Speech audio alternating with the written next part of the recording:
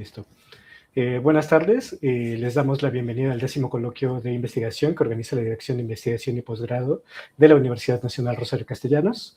Mi nombre es Alejandro Rivero y seré quien modere esta mesa titulada Alimentación, Deporte, Tecnología y Bienestar Colectivo, perteneciente al programa de doctorado en Investigación Social desde la Complejidad. Esta mesa está conformada por dos docentes comentaristas, a quienes tengo el honor de presentar.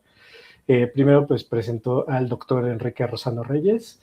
Él es PhD en Administración, es investigador, miembro del SNI nivel 1. Sus líneas de investigación se centran en gobernanza socioambiental y responsabilidad social para la sustentabilidad, planeación territorial con enfoque en bioculturalidad, desarrollo regional sustentable e incidencia socioambiental.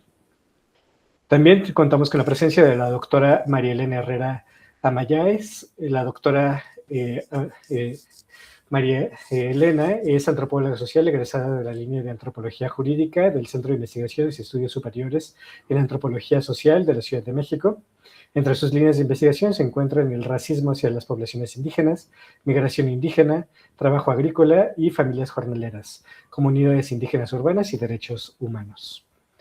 Además de las y los comentaristas, dentro de esta mesa se encuentran estudiantes que presentan sus avances de trabajo terminal, que en un momento presentaré. La dinámica de trabajo es que cada estudiante tiene un máximo de 10 minutos para realizar la presentación de sus avances de investigación. Una vez que terminen, las y los comentaristas tendrán 10 minutos para realizar la retroalimentación que consideren pertinente. Les recuerdo que no hay réplica por parte de las personas estudiantes y que la retroalimentación la deben revisar, analizar y considerar con sus respectivos docentes directores de trabajo terminal. Iniciaremos la mesa de trabajo con la presentación de Carlos Humberto Elizalde Ramírez, quien presentará su trabajo titulado El deporte escolar universitario como espacio de emergencia de hábitos saludables en un contexto de obesidad y sobrepeso en la Ciudad de México. Adelante, Carlos Humberto. Muchas gracias. Voy a compartir ahora. Y agradeceré mucho si parece que ya se ve, ¿verdad? Ahí se ve. Comienzan tus 10 minutos. Gracias. Bueno, muy buenas tardes, estimados comentaristas, moderador, compañeros y colegas. Les voy a presentar mi tema de investigación como estudiante del segundo semestre del doctorado en Investigación Social desde la Complejidad. El proyecto se titula El deporte escolar universitario como espacio de emergencia de hábitos saludables en un contexto de obesidad y sobrepeso de la Ciudad de México. Bien, de manera introductoria, parto de una situación. La obesidad en este proyecto es vista como un problema social, no necesariamente biológico o no necesariamente del sedentarismo, sino como un problema ocasionado por aspectos sociales. En este contexto, esta investigación busca comprender cómo emergen hábitos saludables dentro de sistemas sociales de interacción y utiliza el deporte escolar universitario como un caso de estudio para poder analizarlo. Este proyecto reposa sobre este problema. La obesidad, el sobrepeso, a pesar de no ser un problema reciente, sí es reciente que ha venido creciendo de manera constante y considerable, por lo menos en los últimos 10 años. México tiene poquito más del 75% de la población mayor a 20 años que padecen esta enfermedad. Tan solo la Ciudad de México, de los niños y niñas de 5 a 19 años, cerca del 43% lo padecen. Y esto, la tendencia indica que en un futuro, cuando estas personas sean mayores a 20 años, el 74.8% de ellos van a continuar padeciéndola. Es una enfermedad que, si bien inicia en edades tempranas, incluso hay datos desde antes de los 5 años, donde niños menores de 5 años se mide de manera distinta, sin embargo, se puede percibir que padecen obesidad o la van a padecer, pero las consecuencias van a permanecer por toda su vida adulta. Frecuentemente se ha explicado este problema desde la alimentación, la genética o bien el sedentarismo, pero desde una perspectiva, si se puede llamar de una forma reduccionista. Existe evidencia de que estos solo son factores, pero no son como tal el problema, sino solo factores que pueden configurar este problema. ¿Por qué investigar este fenómeno? Bueno, de acuerdo con instituciones, dentro de ellas el National Heart, Lung and Blood Institute, se establece y se encuentra que en efecto la obesidad ha venido creciendo en México, pero no responde a causas lineales como las mencionadas, sino es el resultado de múltiples factores. No solo uno de estos factores puede inferir en que se padezca obesidad, sino que se tienen que conjugar diferentes de estos. El entorno donde uno crece, las conductas de desinformación sobre lo que debo comer, lo que no debo comer, lo que me hace daño o no. Los factores industriales juegan un papel muy relevante. El marketing alimentario, la alta disponibilidad de alimentos ultraprocesados de bajo contenido nutricional, muchas calorías y sobre todo las regulaciones que a pesar de los últimos esfuerzos en cuanto al etiquetado, los sellos de los alimentos, siguen siendo insuficientes. Es decir, las empresas pueden producir casi sin límites alimentos que enferman a la población. Factores socioculturales, estos juegan un papel muy relevante también, los valores, es decir, los valores adquiridos, en donde, pues, desde cómo se educan en casa, desde cómo la familia marca patrones hacia cómo se alimenta la gente o hacia qué tipo de conductas va teniendo, y también los círculos de amistad. Estos factores, de acuerdo con este instituto y otras instituciones que lo respaldan, terminan impactando en hábitos. Y los hábitos no se adquieren de manera obligada, sino que se van adquiriendo con el paso del tiempo, según la institución del National Heart.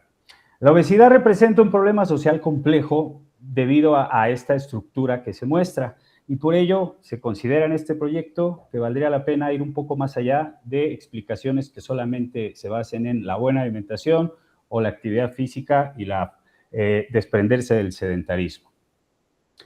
Esta investigación encuentra algunos aspectos que pueden ser insuficientes. Hay mucha literatura sobre el riesgo, sobre los factores de riesgo, hay mucha literatura sobre las intervenciones de manera lineal o aislada. Uno de los procesos que se ha explorado poco es cómo se construyen los hábitos dentro del contexto de la obesidad, cómo se está construyendo, por qué la gente está cayendo en estos hábitos. Al ser la obesidad y el sobrepeso un problema complejo, pues la explicación se considera en esta investigación que no puede reducirse a solo factores biológicos o alimentarios. El deporte escolar, por su parte, resulta un espacio en donde se pueden observar procesos de formación de hábitos. Hay evidencia desde otros organismos que también lo estudian, lo analizan, lo publican, como la ONU, la UNICEF o la OMS, incluso la Secretaría de Salud, y donde se establece que se ha podido observar que esto contribuye a que la gente forme hábitos o estilos de vida saludables, no como tal hábitos, estilos de vida saludables. ¿Qué es un estilo de vida saludable? Primero, ¿de dónde se parte? Cito textual lo que establece la Organización Mundial de la Salud, y es una forma general de vida basada en la interacción entre condiciones de vida en un sentido amplio, pero también en patrones individuales de conducta. Estos patrones están determinados por factores socioculturales y características personales. La OMS establece 6 esferas que pueden ser, de cierta forma, un instrumento para medir los hábitos saludables, que van desde la ausencia de tabaquismo y sustancias toxicológicas, en la cantidad de actividad física, pero también mental, las conductas de alimentación, los patrones de sueño y descanso, la higiene del cuerpo de la persona, de su espacio, pero también el cuidado del entorno, de acuerdo con la Organización Mundial de la Salud. ¿En dónde se aprenden estos hábitos? Pues difícilmente se aprenden de manera obligatoria, difícilmente se aprenden de una manera impuesta. Mi punto de partida, por lo tanto, en este sentido, viene desde identifico la obesidad como un problema social complejo, el cual despierta la necesidad personal y de este proyecto para comprender construcción de hábitos. Para ello, debo elegir un sistema social en el que pueda analizar esta construcción de hábitos, y he seleccionado el deporte escolar. Cabe mencionar un aspecto. En esta investigación, el deporte escolar universitario no se está estudiando como la actividad física, como los beneficios físicos que puede traernos a todos hacer ejercicio, practicar deporte, sino como el espacio en el cual las personas van a interactuar, van a compartir normas, van a construir prácticas que pueden favorecer en un momento a la formación de hábitos saludables que pudieran permanecer durante la vida. Entonces, no, el deporte es solamente el espacio. Para esta investigación, la propuesta del modelo, a diferencia de lo que podría ser un enfoque tradicional, es haces deporte, tienes salud. No es así. Primero, porque no todos los cuerpos responden igual ante una disciplina o ante una rutina igual. Cada cuerpo es distinto. Segundo, porque cada persona vive en un contexto, en un espacio, en un lugar distinto, y por lo tanto el modelo propuesto es el siguiente que se muestra abajo. Lo relevante no es únicamente la práctica deportiva, sino los procesos sociales que se generan alrededor y desde ella. La pregunta de investigación es la siguiente: ¿cómo se configuran procesos de autoorganización que favorecen la emergencia de hábitos saludables en estudiantes universitarios a partir de estas dinámicas de interacción? El objetivo general es analizar cómo las dinámicas de interacción que se desarrollan en el deporte escolar universitario configuran procesos de autoorganización de los cuales emergen hábitos saludables en estudiantes universitarios.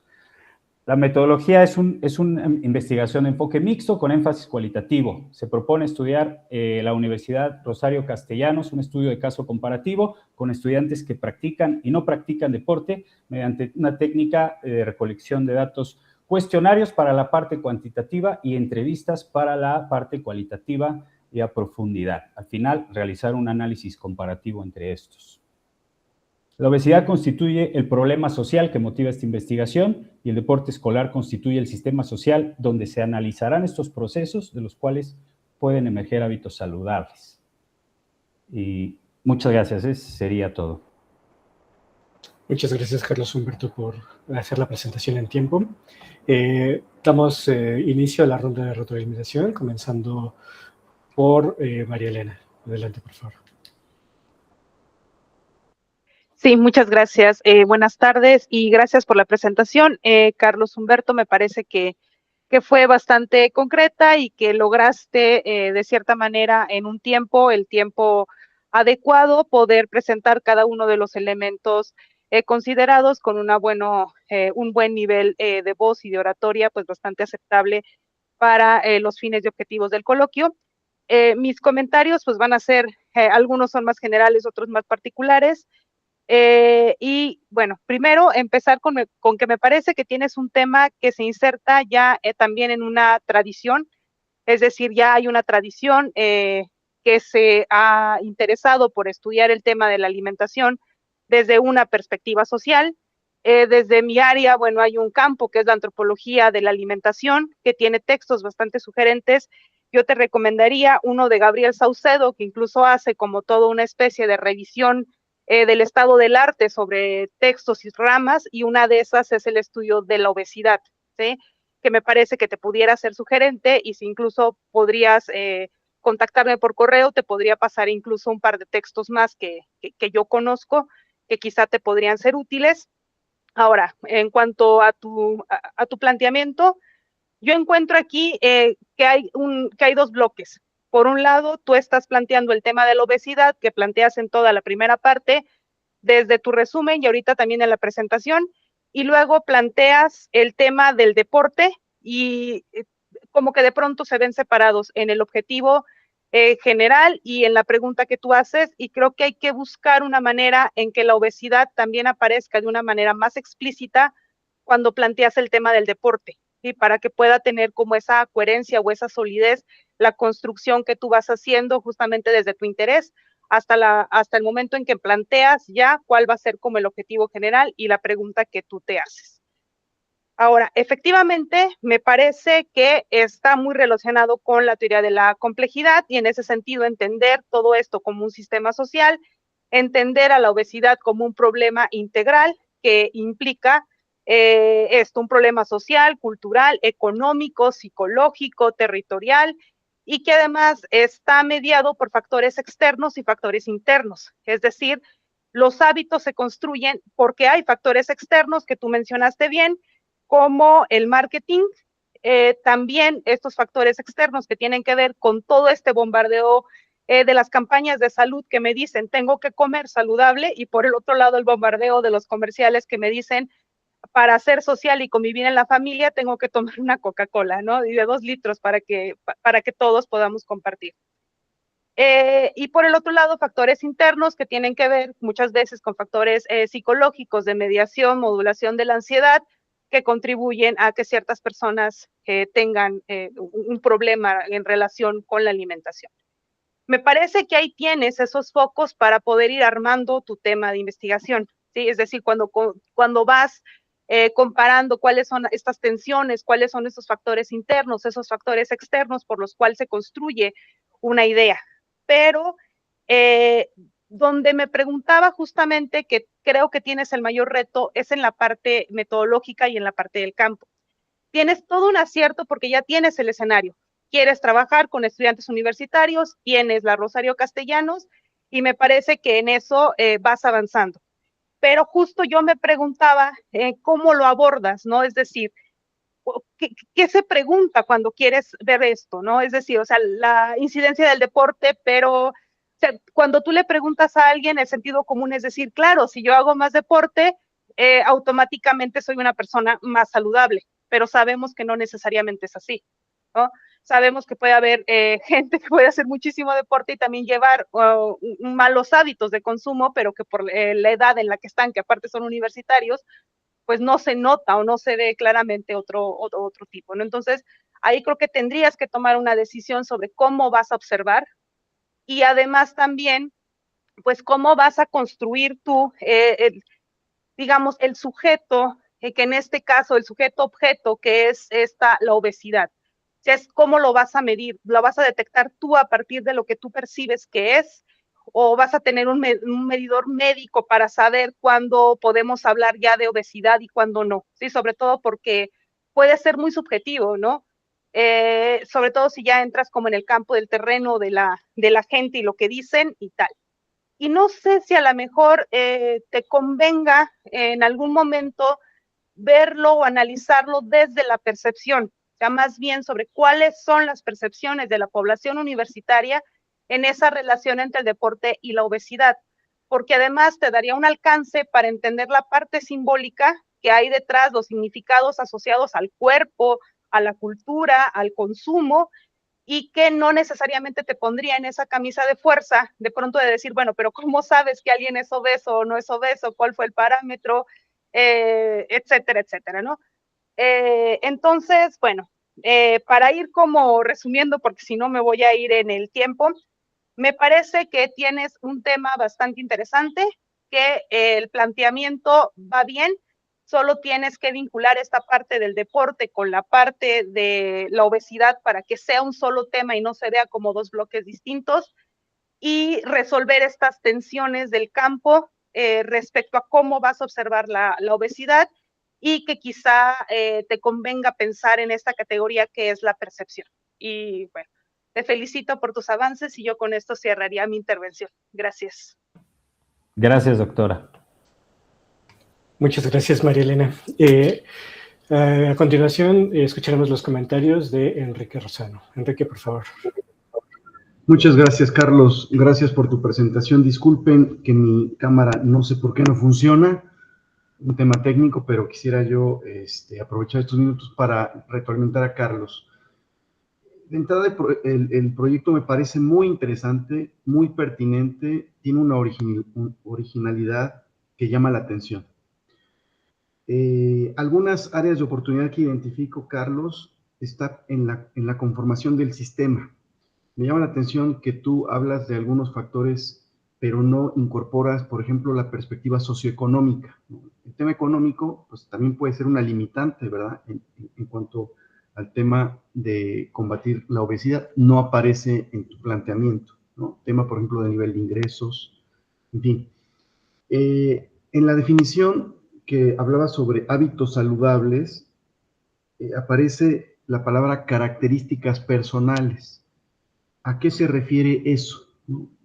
En cuanto a personalidad, en cuanto a condiciones físico-biológicas, en fin, queda como muy ambiguo. Entonces habría que, entiendo que es una definición de la OMS, pero quizás explorar un poquito más porque ahí podrían haber algunos elementos que como categorías analíticas te pueden servir. Una característica personal es algo muy abierto y entonces en tu análisis pues no puedes utilizarla, ¿no?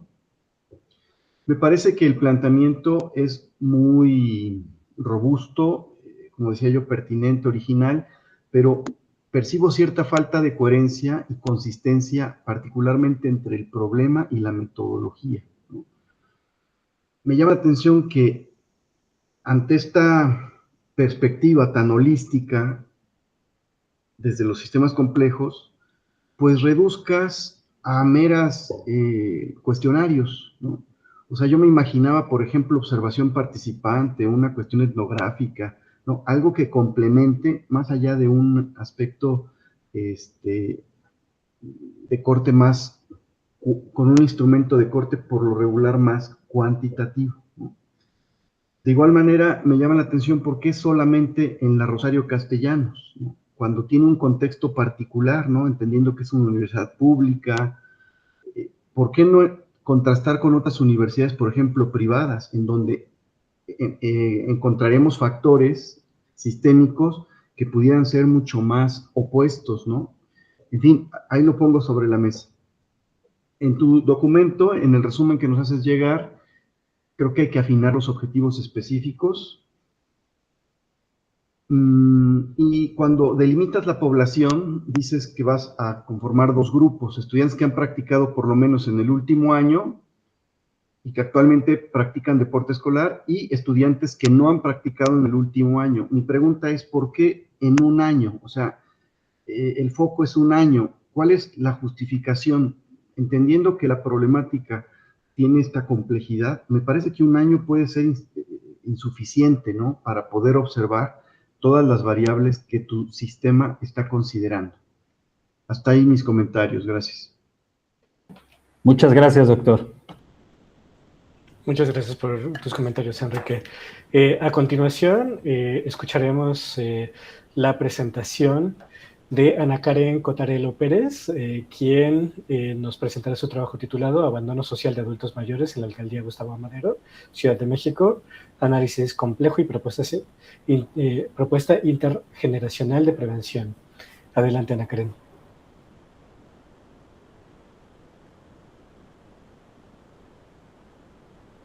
No te estamos escuchando.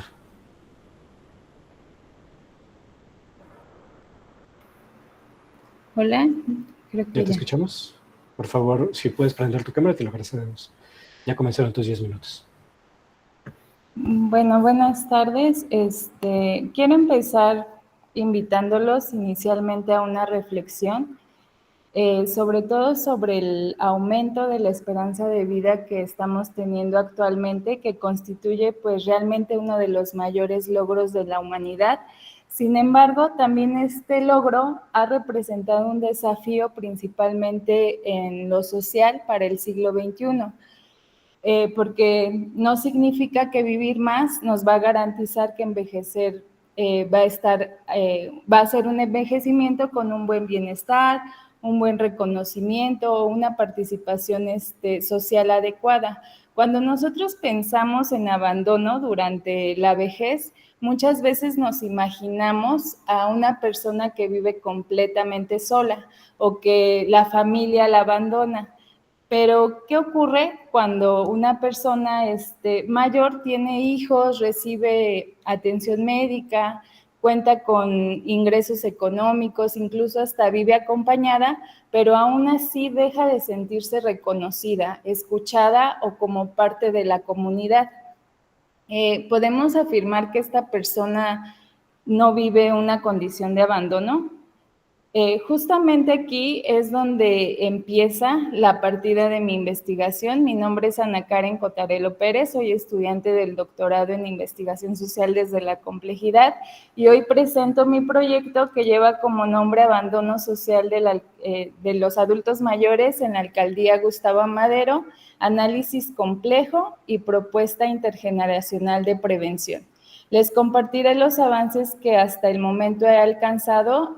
Mi proyecto en este momento está en la primera etapa, que es la construcción del marco conceptual del abandono social, también el estado de la cuestión, y ya tenemos el diseño de la metodología que va a orientarse hacia el campo de trabajo. Para poder comprender esta parte voy a iniciar hablándoles. Ay, no puedo mover la presentación. Bueno, voy a continuar, es que no avanza la diapositiva. Les voy a hablar sobre pues la problemática principal que justamente como les mencionaba es el envejecimiento que actualmente estamos atravesando en este ciclo, que es uno de los desafíos importantes. En México, con la encuesta nacional de la dinámica demográfica en el 2016, nos habla que las personas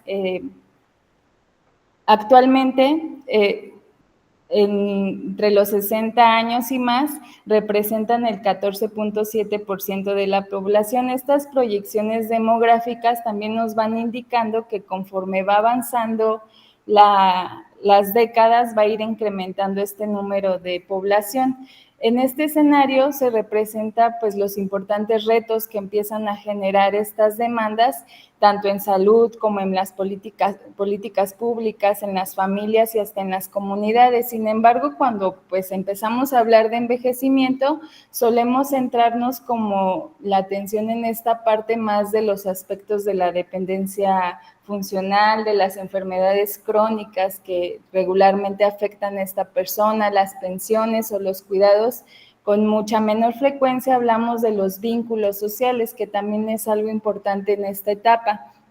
Y es precisamente por eso que ahí es donde surge mi interés por el abandono social, ya que aparece pues de manera repentina, no es algo que se dé de un momento a otro, sino que es a partir de justamente esa inquietud que se empieza a generar pues esta revisión de la literatura para encontrar esos hallazgos o esos vacíos que se están teniendo en cuanto a este tema. Bueno, en cuanto a mi revisión, lo que yo voy a ver si puedo presentar otra ventana. Lo que ahorita encontré fue como una amplia producción científica en cuanto al envejecimiento, la exclusión social, en cuanto a esta parte del desarrollo de las diversas políticas públicas que sí van dirigidas a los adultos mayores, pero también yo identifiqué un vacío importante, que normalmente estos temas se analizan de forma independiente, es decir, contamos con explicaciones sobre la soledad, sobre la dependencia o sobre el abandono de las familias o hasta de la exclusión social, pero se limita solamente a la comprensión de la problemática principal que está llevando a esa dimensión. Sin embargo, pues yo lo que busco es justamente que estas dimensiones las podamos ver desde esta parte compleja. En otras palabras, pues podemos decir que cómo interactúan estas dimensiones una con otra para llegar justamente al abandono social. Este vacío es lo que genera la pregunta de investigación de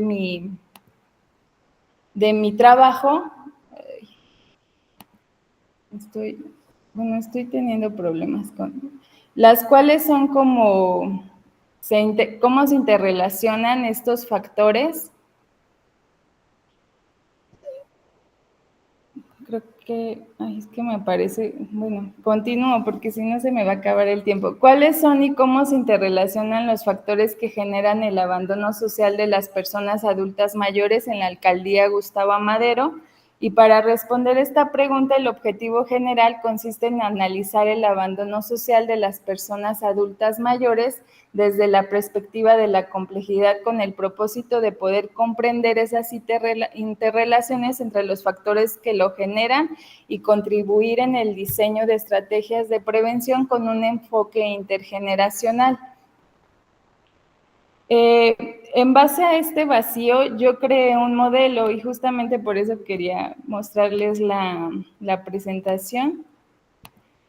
En este modelo, pues yo observé que lo que suele suceder con...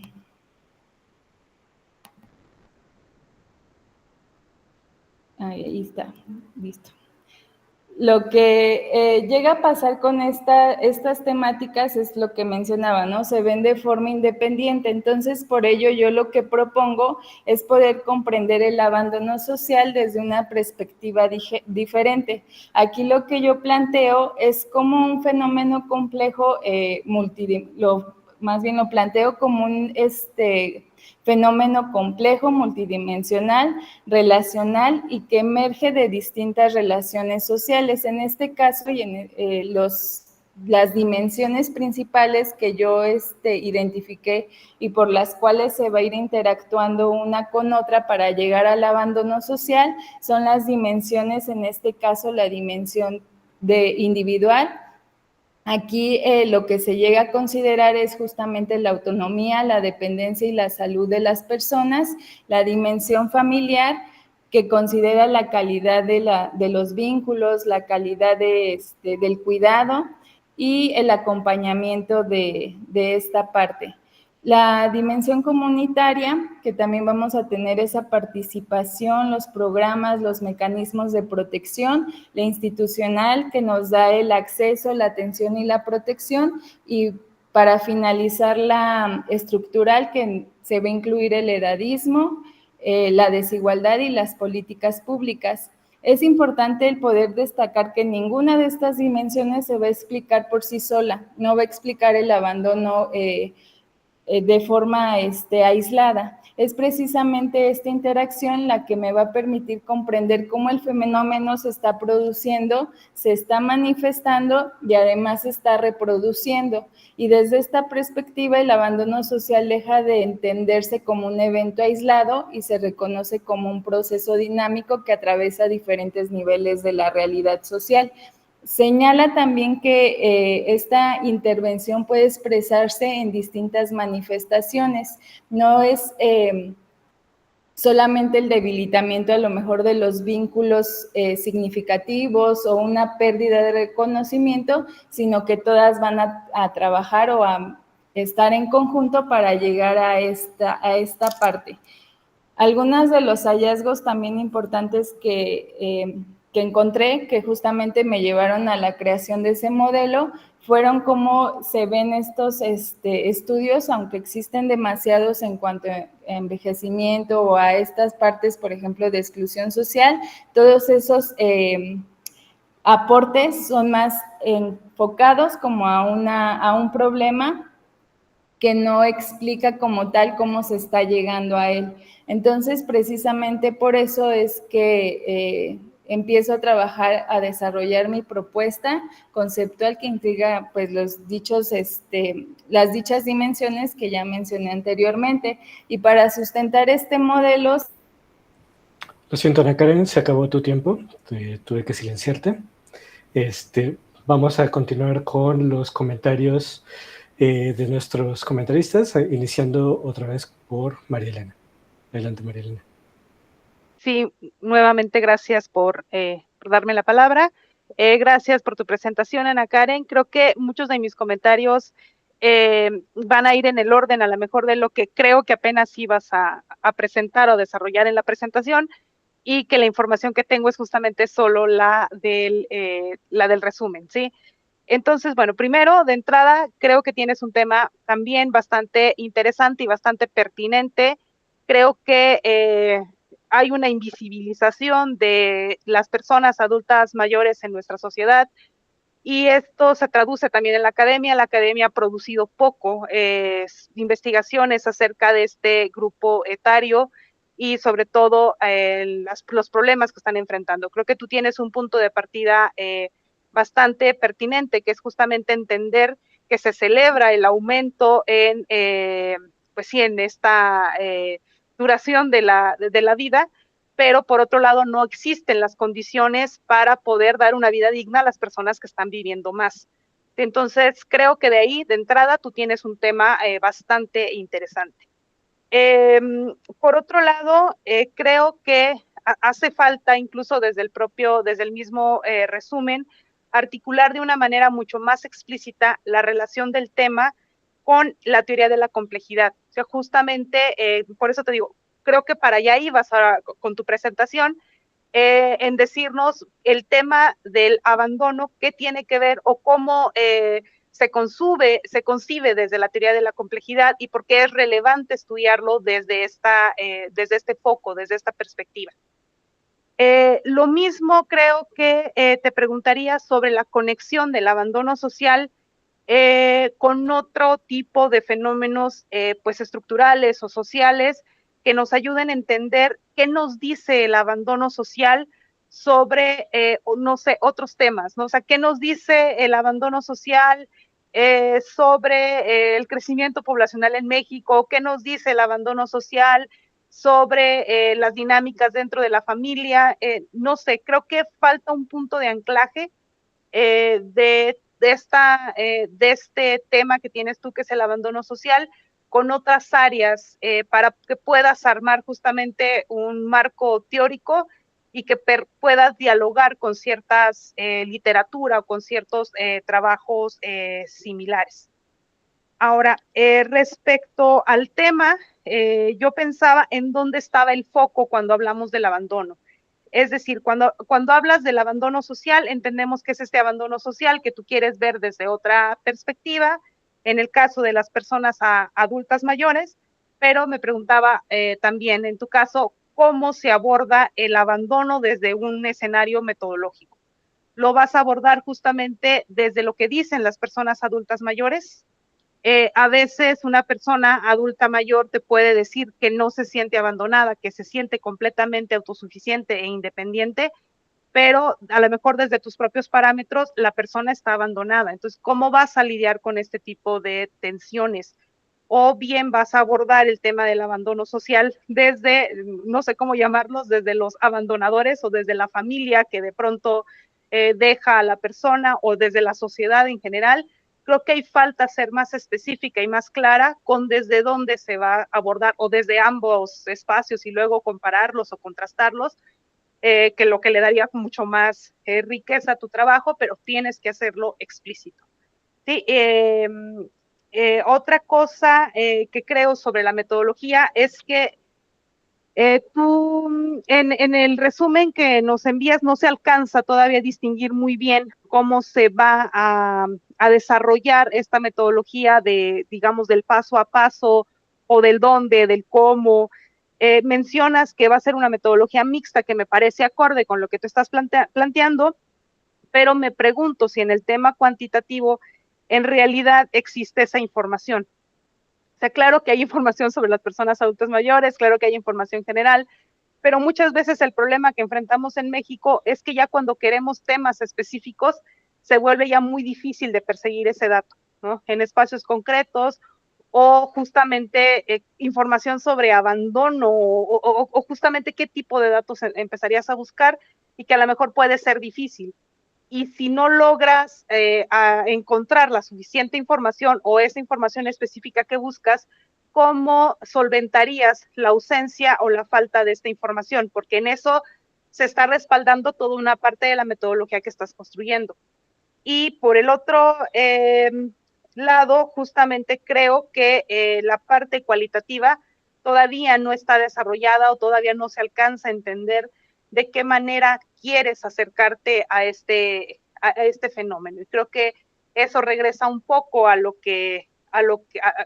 mi punto anterior, cuál va a ser el foco cualitativo de acercarte al tema del abandono social, ¿sí?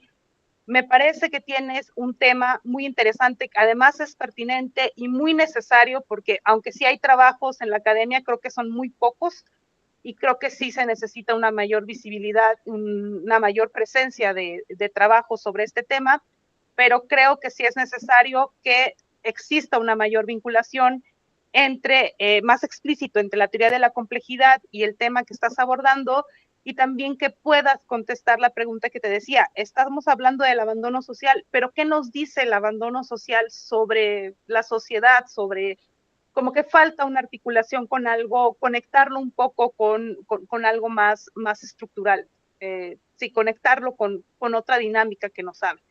Y pues invitarte a que siempre en los resúmenes se incluyan el desglose de objetivo general, objetivos específicos y que a lo mejor es bueno aportar un poco el contexto, siempre y cuando siempre se presente el objetivo general, sus objetivos específicos, porque eso ayuda muchísimo a que la lectura y los comentarios puedan ser más finos y más dirigidos. Y aquí dejo mis comentarios y te felicito por tus avances. Gracias. Muchas gracias, María Elena. Gracias. Continuamos con los comentarios de Enrique. Adelante, Enrique, por favor. Sí, gracias. Karen, gracias por tu presentación. Me pareció muy interesante el tema. Creo que coincido con la doctora María Elena, es muy pertinente en un contexto en donde pues prácticamente la población, ¿verdad? La pirámide poblacional se va invirtiendo y va a haber estas carencias no solo en México, sino en muchas latitudes latinoamericanas. Creo que podrías comenzar con una problemática, describiendo la problemática desde esta mirada, ¿verdad? Que da para mucho. Me parece que estás planteando una buena idea, pero hay una brecha muy grande entre idea y un protocolo o un avance de un proyecto.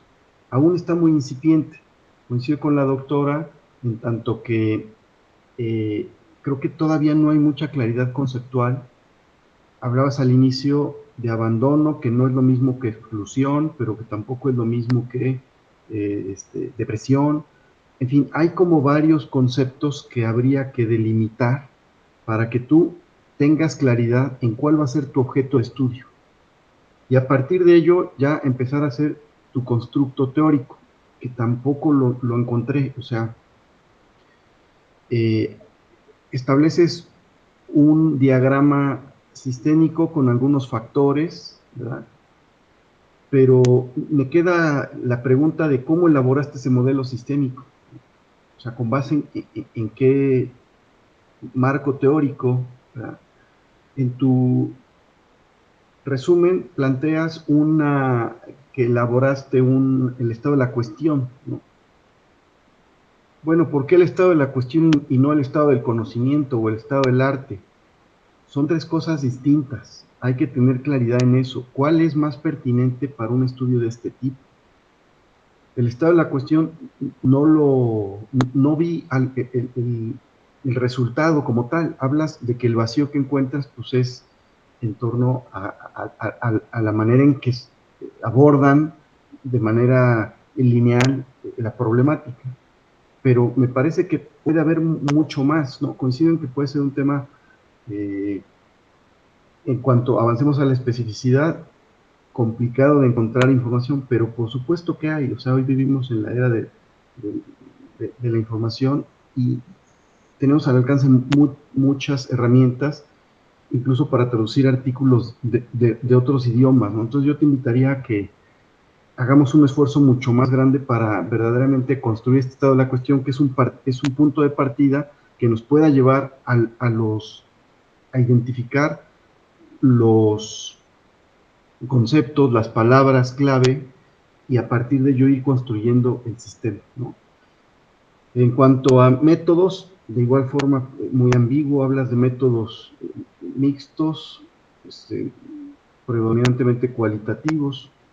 Eso y nada es, hay mucha, o sea, ¿cuáles son los métodos, verdad? ¿Quiénes serán los sujetos de estudio? ¿Cómo vas a abordar la investigación? En fin, me quedan muchas dudas, pero que me parece que todo parte de que no está muy solidificada tu identificación conceptual del objeto de estudio. Esa es mi humilde percepción, pero ánimo y gracias por escuchar. Gracias.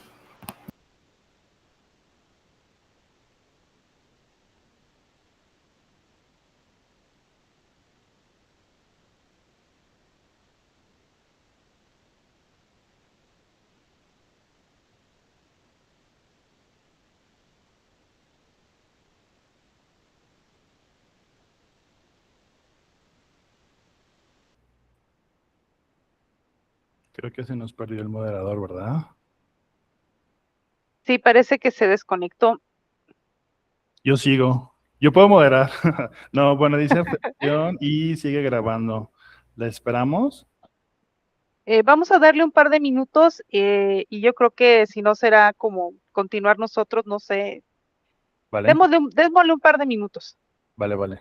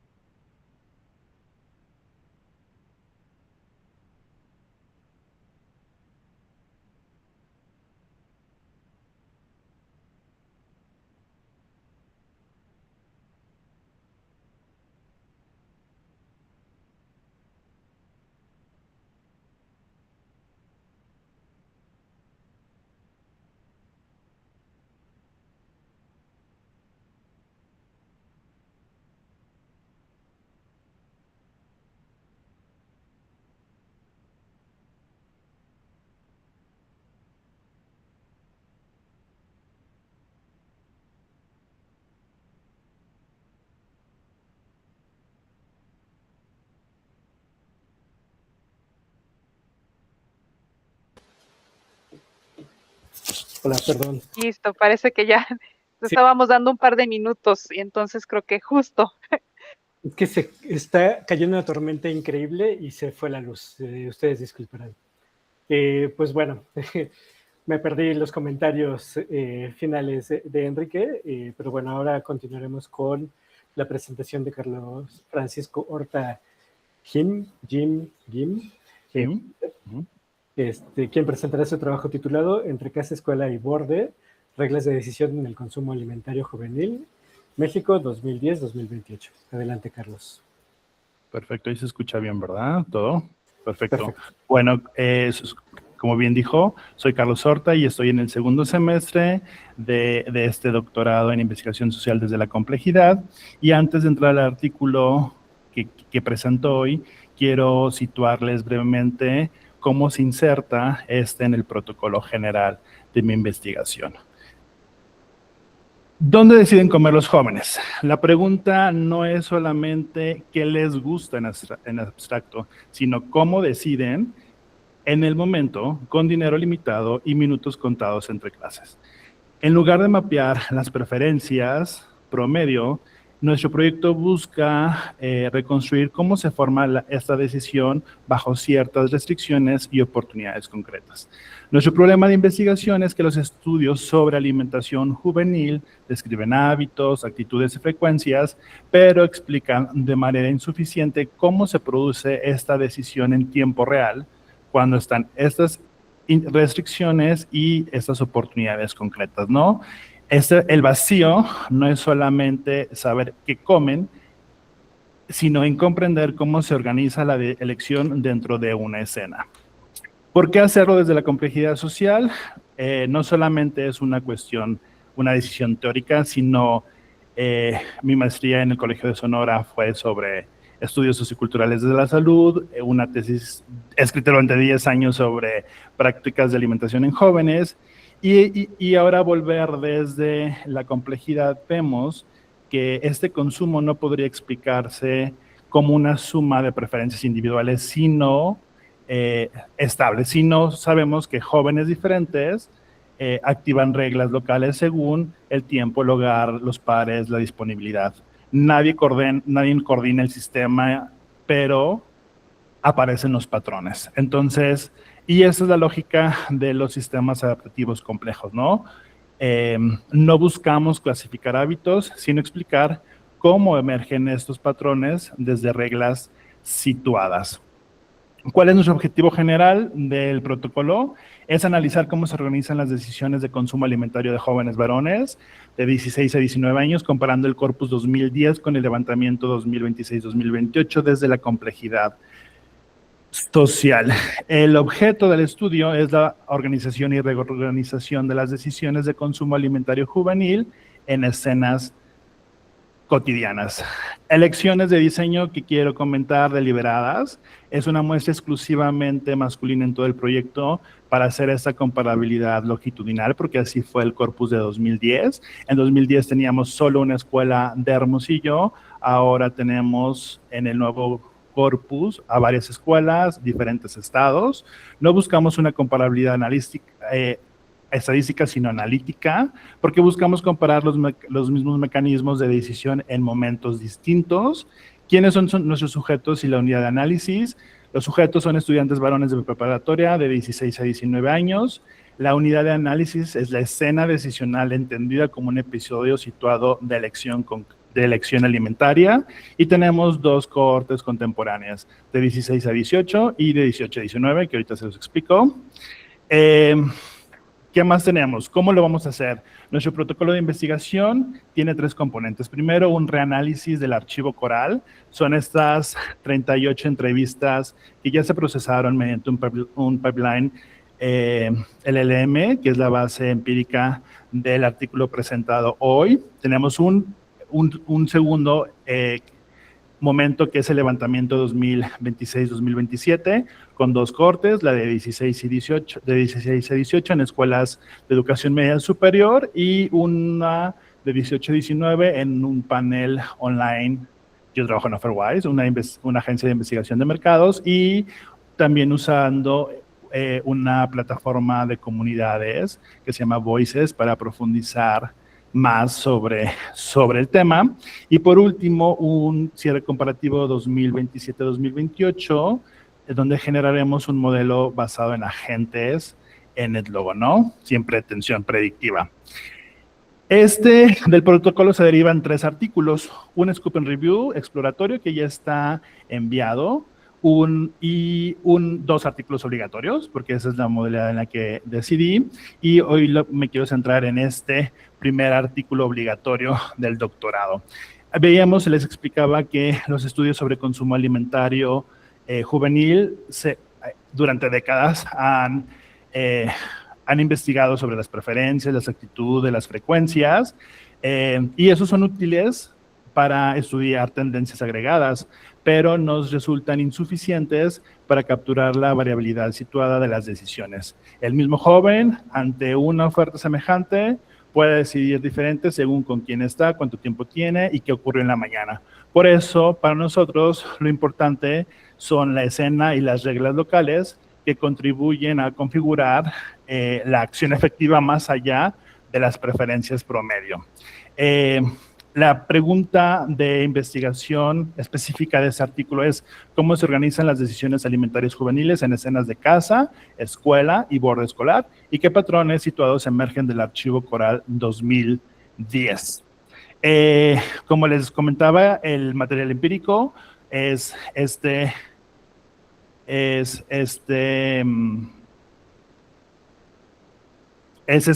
corpus que se capturó en Hermosillo. ¿Qué hicimos? Ya tenemos estas reglas de decisión que se capturaron, espérame tantito, 38 entrevistas de una preparatoria pública que ya se hizo este análisis asistido a través de la API de Claude, y una auditoría de 3 rondas de verificación para revisar la fidelidad del corpus. ¿Cómo fue el proceso? Hubo una secuencia metodológica, entrevistas, escenas, reglas y entonces, tipologías y la coactivación. Acá quiero tener un ejemplo de estas reglas situadas. Entendemos que una escena decisional es el episodio situado y caracterizado por un disparador específico y una decisión alimentaria efectiva. El ejemplo de Alejandro: no desayuné, caminé a mi escuela y compré un pan en la tiendita antes de entrar. La regla es, si falla la provisión doméstica, entonces se activa la disponibilidad del borde. Nosotros tenemos 6 extractores canónicos, esos grandes imanes que activan estas reglas. ¿Qué encontramos a partir de lo que hicimos en este análisis? Encontramos 182 reglas, 182 escenas, perdón, y 246 reglas, organizadas en 6 tipologías. Aquí las pueden ver. Un dato importante: 120 de las 182 escenas son en casa o están relacionadas con el hogar. Y aquí es la primera gran señal del peso particular del hogar en el sistema. Además de construir esta tipología, era importante analizar qué atractores aparecen juntos dentro de una misma escena. Encontramos 9 relaciones recurrentes de coactivación y la más importante fue esta de provisión doméstica con tiempo y contexto. Y vemos que 68 tienen que ver con el orden doméstico estable. ¿Cuál es nuestro hallazgo central? El hogar emerge como atractor de orden superior. Este organiza las condiciones bajo que los otros atractores ganan o pierden peso. Cuando la provisión doméstica está activa y sincronizada, disminuye la necesidad del precio, de recurrir a precios, pares y disponibilidad, pero cuando falla, todos los demás atractores se activan con más fuerza. El hogar, por eso hogar, escuela y borde, no son 3 versiones equivalentes del mismo sistema. Operan como regímenes de reglas distintos, aunque interdependientes. ¿Qué tenemos? En 2026-2028 tenemos esta corte que vamos a hacer. La gran pregunta es saber si los estímulos digitales, si el hogar será mandando en 2026 o los estímulos digitales disputarán al hogar este lugar preponderante, y si persisten, se transforman o se reorganizan los mecanismos. Por último, 30 segundos. ¿Cuál es el aporte y el alcance? Que el hogar no aparece como un contexto más. Organiza las condiciones bajo las que el precio, los pares y la disponibilidad ganan o pierden peso. El pipeline nos permitió sistematizar el corpus, manteniendo la trazabilidad entre cada regla y sus elementos contextuales. Y esta parte de la generación analítica de mecanismos situados y no de representatividad estadística. Apenitas, muchas gracias. Gracias, Carlos. 7 segundos. Te quedan. María Elena, por favor, adelante con tus comentarios. Sí, gracias. Gracias, Carlos, por la presentación tan ajustada en el tiempo. Logras el objetivo de, en este tiempo tan acotado, poder darnos ese recorrido por los elementos más sobresalientes de tu proyecto. Creo que de entrada, bueno, tienes un tema interesante y además tienes, creo que muy avanzado o justamente la investigación, ¿no?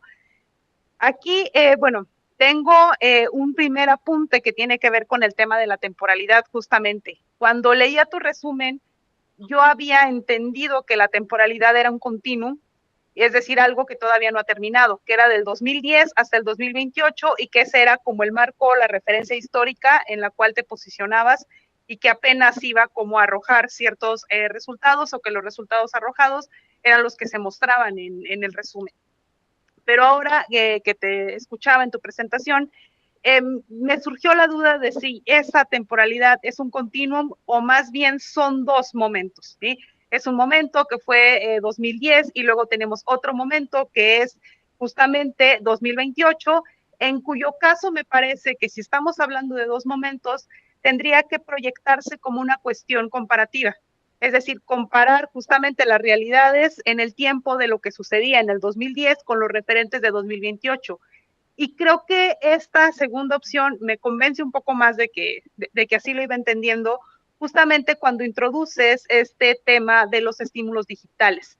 Porque creo que hablar de estímulos digitales vendría a ser el elemento que permitiría introducir un contraste o que permitiría introducir algo que has transformado o que se ha transformado a lo largo pues de casi 20 años, ¿no? Que son bastantes y que además es un tiempo pues bastante interesante para poder proyectar y darle continuidad a algo. Una idea que inició en el 2010 encuentra otro correlato en el 2028, casi 20 años después.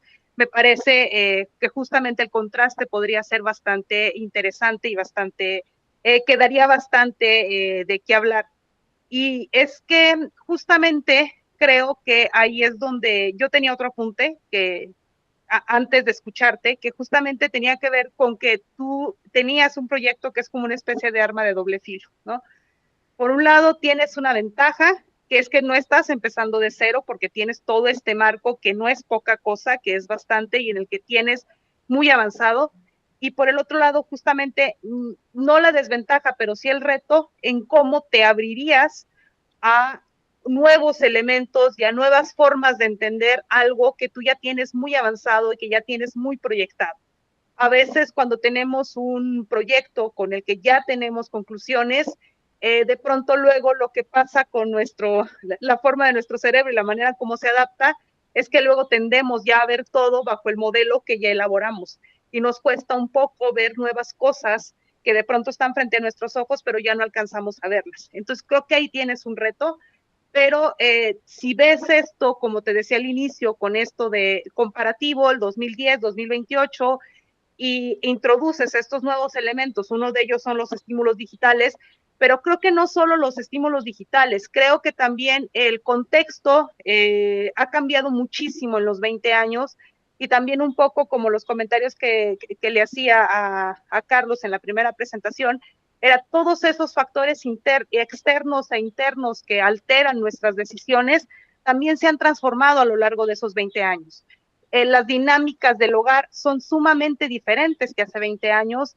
Actualmente la facilidad de pedir comida por medio de una app desde mi teléfono celular, obviamente es mucho más normalizado que en el 2010, algo que ni siquiera existía o que no pensaríamos, ¿no? Entonces, eso va alterando desde luego la toma de decisiones.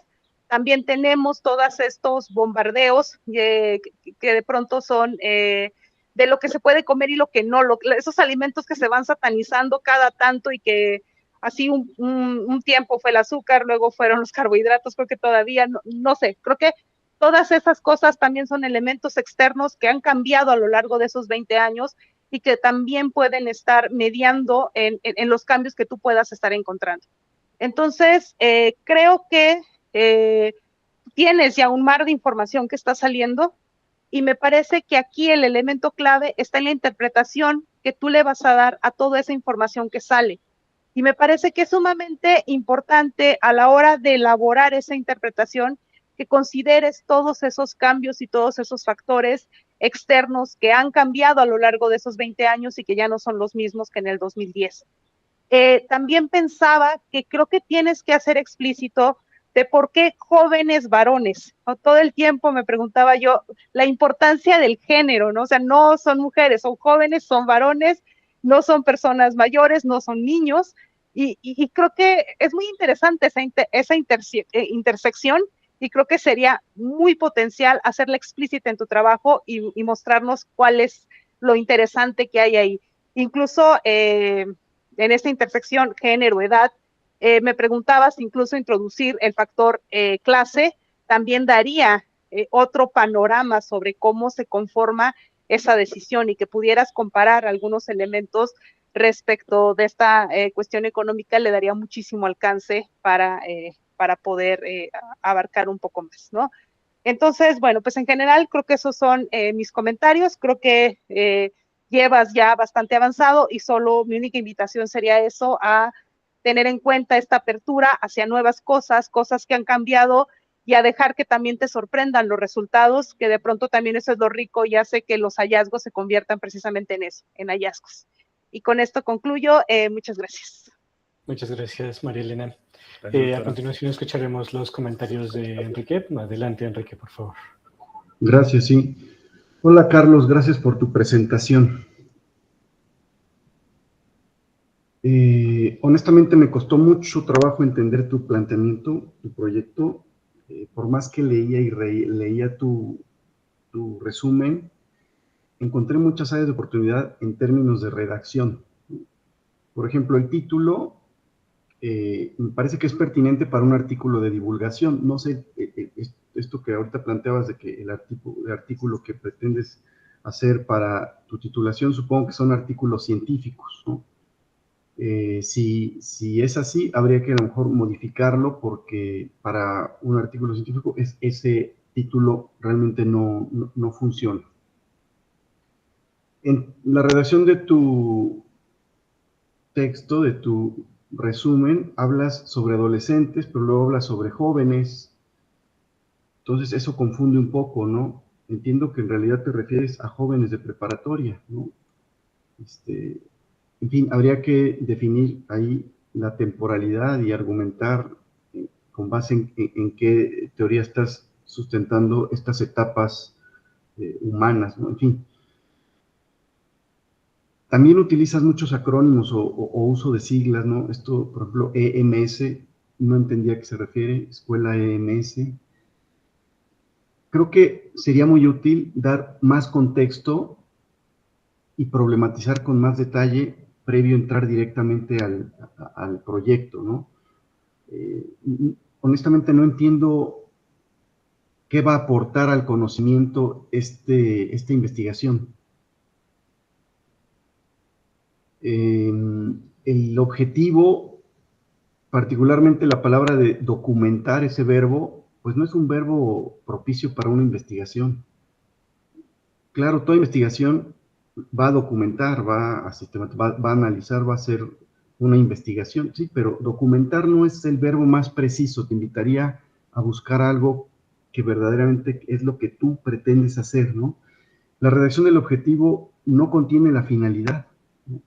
No sé para qué quieres hacer eso. La redacción de los objetivos específicos es muy incipiente, ¿no? Una frase que no logro comprender del todo, una disculpa. Coincido con la doctora en cuanto a que este tipo de estudios, que entiendo ya tienes un avance significativo, incluso en términos de levantamiento de datos, pues hace complejo el revirar para un planteamiento más claro, ¿no? Cuando ya tienes un mundo de datos, tienes ya un caminar amplio, a veces adaptarlo a un contexto científico quizás pueda dificultarse, ¿no? Ese es el reto que veo que te está costando trabajo, porque más bien me parece como un tipo de estudio de mercado, ¿no? O sea, como caracterizar, con base en qué definen los jóvenes el consumo de sus alimentos. Por ahí entendí que va la cosa, pero pues una investigación doctoral no necesariamente tiene que ir hacia allá, ¿no? O sea, claro, se puede utilizar toda esta información que ya tienes, pero para mirarla desde una perspectiva compleja, que va más allá de reglas, ¿no? Que tú ahora planteabas, no entendí esto del borde, supongo que son, digamos, las localidades aledañas a la escuela, ¿no? En fin, como que estas cuestiones conceptuales, semánticas, no lograron que tu servidor pudiera comprender de todo el planteamiento. Una disculpa, quizás el distanciamiento en el área del conocimiento no me lo posibilitó y me permitió darte una mejor retroalimentación. Una disculpa, Carlos. Gracias, Doc.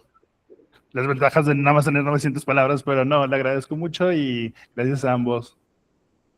Gracias, Enrique. A continuación, pues cerramos esta mesa con la presentación de Jesús Carbón Ortiz, quien presentará su trabajo titulado Desigualdad Social de la Inteligencia Artificial en Entornos Educativos Superiores en San Luis Potosí. Adelante, Jesús. Muy buenas tardes. ¿Ya puedo comenzar? ¿Sí me escuchan? Te escuchamos, pero todavía no está tu presentación okay. Cargada. Te aviso sí, cuando ya esté. Lo encargar. Ajá. Ya está. Ya puedes comenzar. Ok, muy buenas tardes. Mi nombre es Jesús Carmona Ortiz, soy de segundo semestre. Mi título de investigación es La desigualdad social de la inteligencia artificial en entornos educativos superiores en San Luis Potosí. Como introducción, bueno, pues todos sabemos que la inteligencia artificial pues, ha transformado los procesos de aprendizaje, tanto como a los estudiantes como docentes, pues en este caso en la búsqueda de información y, por ejemplo, al generar contenido y desarrollar actividades académicas. Yo, sinceramente, en un principio me centré, digamos, bueno, tengo esa duda de si enfocarlo a los estudiantes y a los docentes, pero bueno, más adelante les voy a decir en qué apartado tengo, digamos, esas dudas. Ajá. Y una vez realizado la revisión de la literatura, pues encontré que hay diversos factores. Uno de los que menciono, por ejemplo, es el acceso y el uso de las tecnologías. No ocurre en igualdad de condiciones, ¿sí? Tanto para estudiantes y como docentes, ¿no? Y, por ejemplo, en concordancia, pues, por ejemplo, con Uribe, estas condiciones restringen las posibilidades para que, digamos, haya una equidad o una igualdad en condiciones, ¿no? En el caso de México y particularmente en el estado de San Luis Potosí, pues este análisis se centra pues en diversos factores como las limitaciones, el acceso a Internet, la capacitación docente y entre otros factores, porque estoy considerando muchos factores, muchas dimensiones. Mi estudio está centrado en San Luis Potosí y digamos que también estoy considerando algunos ¿cómo se llama? Algunos municipios que con el cual conforman San Luis Potosí, como lo pueden ser Ciudad Valles, Naranjo, entre otros. Y digamos que desde una perspectiva sistémica, pues la desigualdad es el resultado de la interacción entre diversos macrosistemas y subsistemas que van, digamos, interactuando entre sí. Factores como los macrosistemas, pues yo menciono, yo estoy considerando pues lo que es el tecnológico, el educativo, el social, el cultural y el gubernamental. Y para los subsistemas estoy considerando pues lo que es la infraestructura, el pedagógico, el administrativo, social y de capacitación. Para el planteamiento del problema, bueno, en ese sentido, en San Luis Potosí se identifica como un problema complejo, ya que pues estos factores no responden a causas aisladas, sino que generan efectos lineales o proporcionales, sino que emergen de una dinámica de entre los factores que ya mencioné anteriormente. Pues esta perspectiva pues coincide con Melanie Mitchell. Melanie Mitchell pues es una científica que se especializa en la IA y en lo que es la complejidad. Y ella dice que la inteligencia artificial pues es un fenómeno multidimensional, que no solamente son, digamos, funciones matemáticas, sino que se tiene que ver de diferentes perspectivas. Además que la autora destaca que pues no hay un marco integrador, Entonces, bajo esta lógica, digamos que yo en mi investigación, además, yo encontré que no hay instrumentos confiables y válidos para poder medir la percepción de la desigualdad social de la inteligencia artificial en San Luis Potosí. Y entonces, bajo este contexto, surge la siguiente pregunta de investigación. Bueno, pues, ¿qué instrumento de medición se debe diseñar y aplicar para poder evaluar la desigualdad social relacionada con pues, todos los factores que estoy mencionando en relación a la inteligencia artificial y en la educación superior?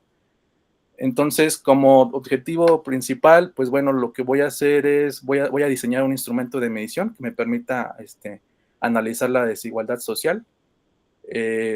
Yo tengo dos instrumentos, nada más que en el resumen que yo les envié, lo concentré, digamos, en los estudiantes. Tengo uno para estudiantes y uno para docentes.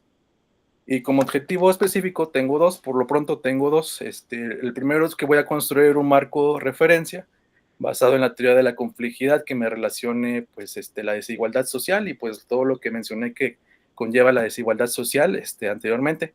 Voy a aplicar instrumentos validados por expertos para medir de manera precisa y confiable la desigualdad social en el acceso y uso de la IA.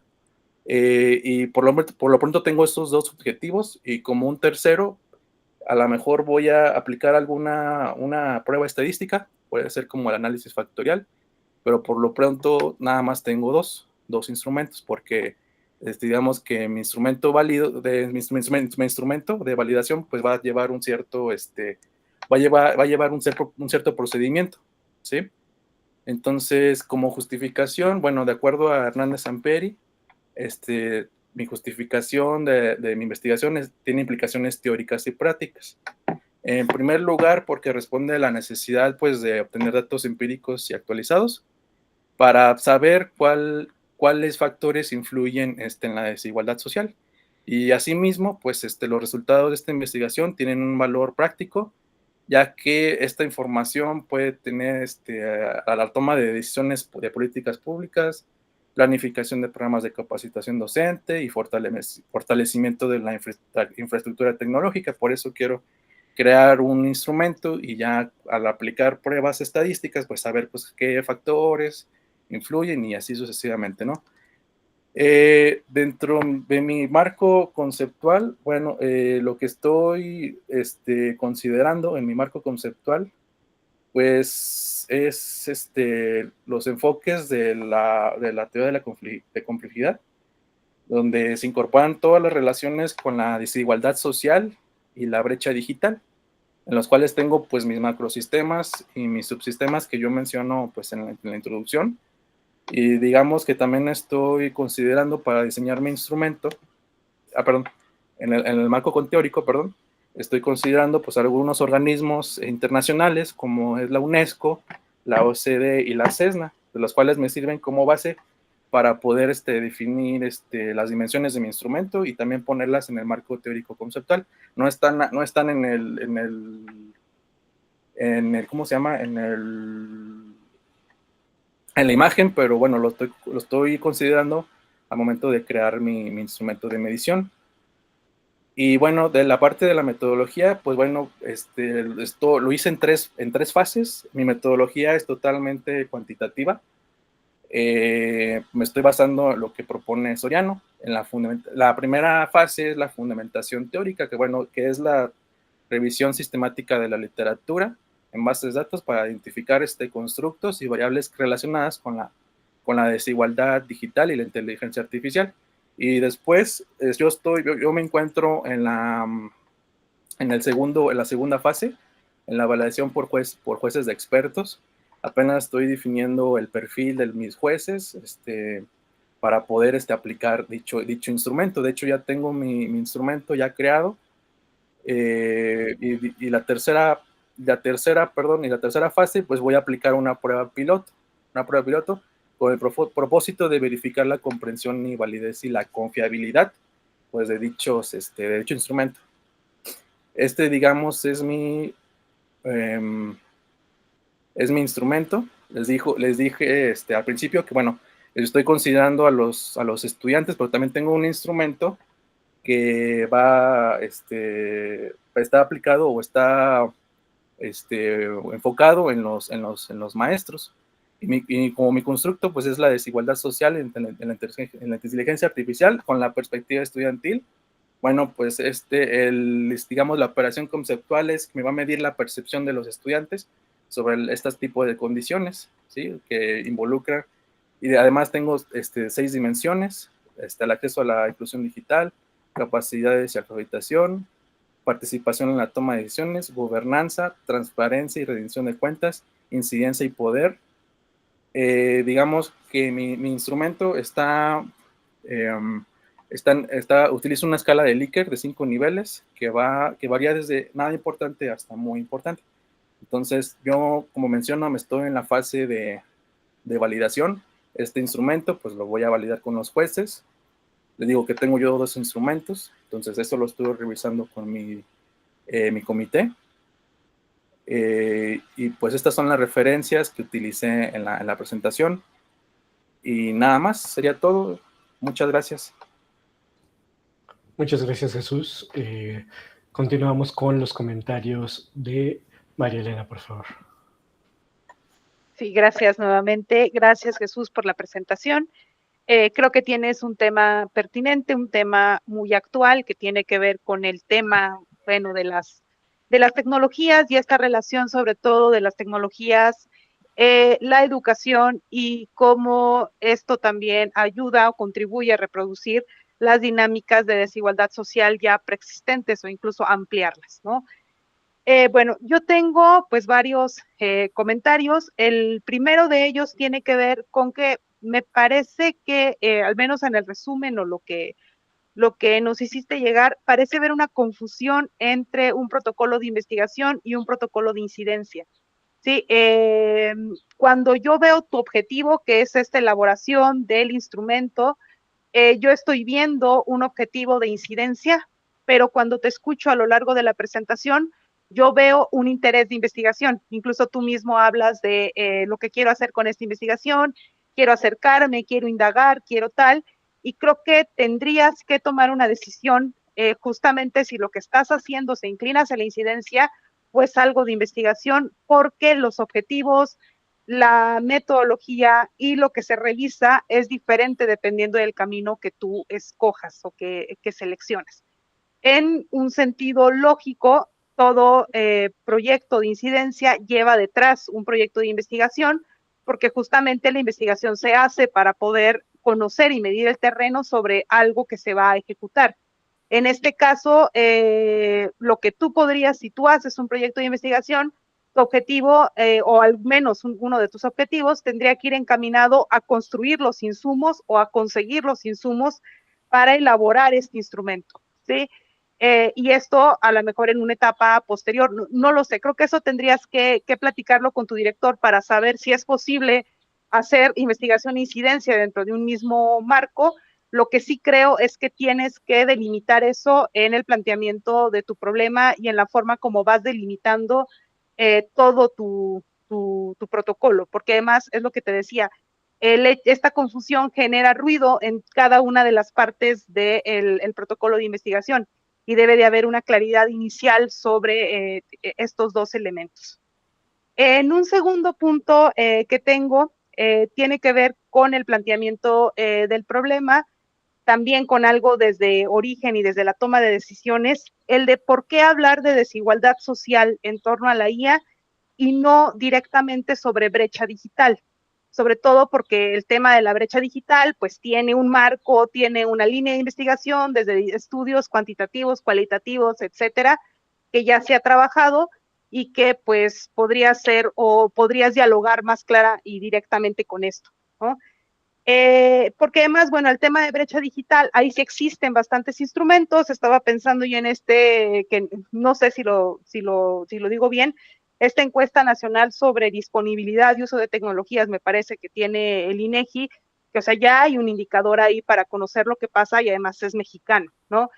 Entonces, esto me lleva a al siguiente nivel, la especificidad que tú planteas en tu título, pero que no aparece desarrollada a lo largo del resumen. Tú hablas en el título de inteligencia artificial, pero en el resto del resumen parece que nos estás hablando de tecnología en general, ¿sí? Es decir, parece que tu protocolo va sobre la brecha digital y no específicamente sobre la IA, o incluso sobre el acceso a las TIC, ¿no? Que son las tecnologías de información aplicadas en el contexto educativo, que podría ser incluso muy particular. Entonces, todo el tiempo me preguntaba por qué plantearlo desde la especificidad de la IA. Es decir, me parece en el título como algo original y algo llamativo, porque este proyecto me va a hablar sobre la IA, no sobre la brecha digital en general, aunque sea parte de. Entonces, creo que sí necesitas pensar o repensar desde ahí de si estás hablando de brecha digital en general o si quieres hablar específicamente de la IA. Y si quieres hablar específicamente de la IA, entonces colocar y problematizar desde por qué la IA es un referente para poder hablar de desigualdades sociales, o por qué la IA y no necesariamente la IA dentro de toda la brecha digital, ¿sí? Creo que ahí tienes un reto en plantearnos por qué la IA y no hablar justamente de esto en general. Después, bueno, tenía esto de que sí existen instrumentos, está lo que te decía yo de esta encuesta del INEGI, sé que el Instituto Federal de Telecomunicaciones también por ahí tiene algunos instrumentos para medir el tema, bueno, al menos brecha digital, que creo que, o sea, para utilizar la IA necesitas ciertas tecnologías que de alguna manera te hablan de la brecha digital, y creo que, bueno, o sea, instrumentos sí hay, creo que no específicamente sobre IA, ahí sí desconozco, lo confieso, pero creo que a nivel local sí existen como estos instrumentos. Por último, también pensaba en el tema de las particularidades de San Luis Potosí como el espacio para llevar a cabo la investigación o la incidencia, ¿no? Tú lo resaltas y nos dices específicamente en San Luis Potosí por sus características, pero justamente es cuáles son esas características que vuelven interesante a San Luis Potosí como el espacio para abordar la IA, ¿sí? Y aquí tienes de dos caminos, o sea, volver San Luis Potosí una variable que afecta y que vuelve el hecho de que sea distinto analizarlo ahí, que es diferente lo que sucede en San Luis con lo que podría suceder en Hidalgo, Ciudad de México o Querétaro en general, o por el otro lado, asumir que te es más fácil desde el campo aterrizar en San Luis Potosí, que lo vas a utilizar como ese campo para poder aplicar estas diferencias, en cuyo caso San Luis no se volvería como un referente de especificidad, sino más bien como un modelo que podría ser replicado en otros espacios, ¿no? Creo que ahí también hace falta especificar. De hecho, empieza a tomar forma cuando tú hablas de, es que quiero hacer en Ciudad Valles y el Naranjo, porque bueno, Ciudad Valles sería como, bueno, la capital es la capital del estado y Ciudad Valles sería como el referente centro político administrativo de una región muy extensa, que además es una región que está rodeada por enclaves indígenas, y creo que ahí ya ya se va encontrando cierta información contextual que nos diría, mira, es interesante estudiar la IA en este contexto porque existe este tipo de particularidades respecto a la población, y bueno, que el Naranjo, que sería pues otro tema aparte, ¿no? Que además me parece que si hay una oferta de universidad en el Naranjo, que también es interesante abordarlo desde ahí, ¿no? Entonces, bueno, esos en general son mis comentarios. Creo que para poder aclarar cada uno de estos, sí necesitas de nueva cuenta como reflexionar con tu director de si te encaminas hacia la parte de la incidencia, investigación, o cómo vas a conjugar estos dos elementos, y por el otro lado, en reelaborar o repensar el planteamiento del problema en función de si te quieres abocar en la especificidad de la IA o si quieres hablar de la brecha digital en general y dentro de esta la IA, porque bueno, la brecha digital ya nos habla de desigualdades estructurales y ya se ha trabajado también el tema, y por el otro lado, pues también que puedas plantear desde ahí el tema de las particularidades. Y no tengo más comentarios sobre el tema de metodología, de objetivos y demás, porque creo que el planteamiento es el que ya no deja avanzar hacia esa parte, pero pues bueno, hasta aquí dejo mis comentarios y pues mucha suerte en el camino. Gracias. Gracias. Gracias, María Elena. Continuamos con los comentarios de Enrique. Adelante, Enrique. Sí, muchas gracias por tu presentación. Comenzaría por el título, dice Desigualdad Social de la Inteligencia Artificial. Creo que te refieres más bien a la desigualdad social asociada al acceso, uso y aprovechamiento de la inteligencia artificial. Entiendo que es así, ¿no? Pues en sí misma la inteligencia artificial no es desigual, sino en el acceso y uso. Bueno, ahí también tengo otro comentario. Si es esto segundo que estoy planteando,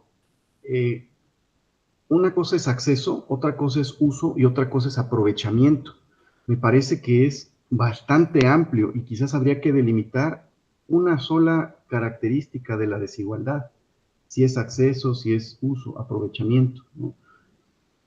Ya hay mucha literatura, como bien dice la doctora, en cuanto a la brecha digital, ¿no? O al tema del acceso a la conectividad, ¿no?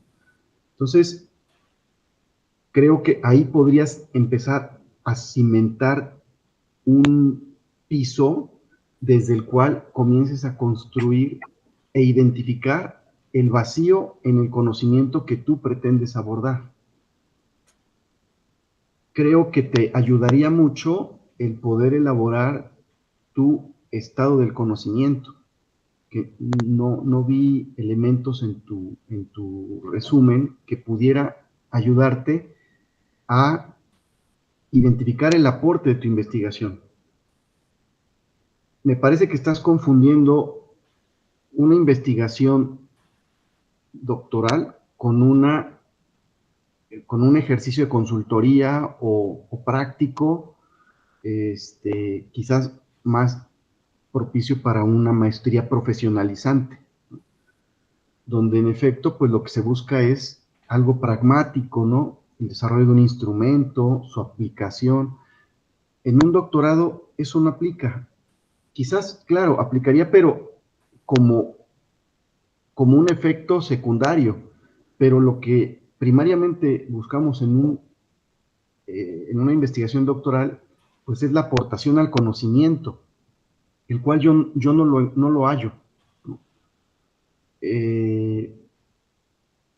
Sugiero que fortalezcas primero tu protocolo antes de diseñar y validar un instrumento, porque entonces no va habiendo consistencia y tu planteamiento puede ser rápidamente derrumbado, ¿no? Entonces mi invitación es a que fortalezcas primero objetivo, justificación, pero a partir de una lectura bastante amplia, que te vuelvas tú el experto en IA, en torno sobre todo a desigualdad, ¿no? Del acceso, por ejemplo, o del uso, ¿no? Tampoco hallo la perspectiva compleja. Creo que la planteas muy bien al inicio de tu resumen, donde identificas alguna literatura muy, muy relevante que incluso te ayuda a desarrollar tu sistema. Eso es muy valioso, pero cuando lo comienzas ya a aterrizar, se diluye esa perspectiva. Queda en una perspectiva totalmente convencional, lineal.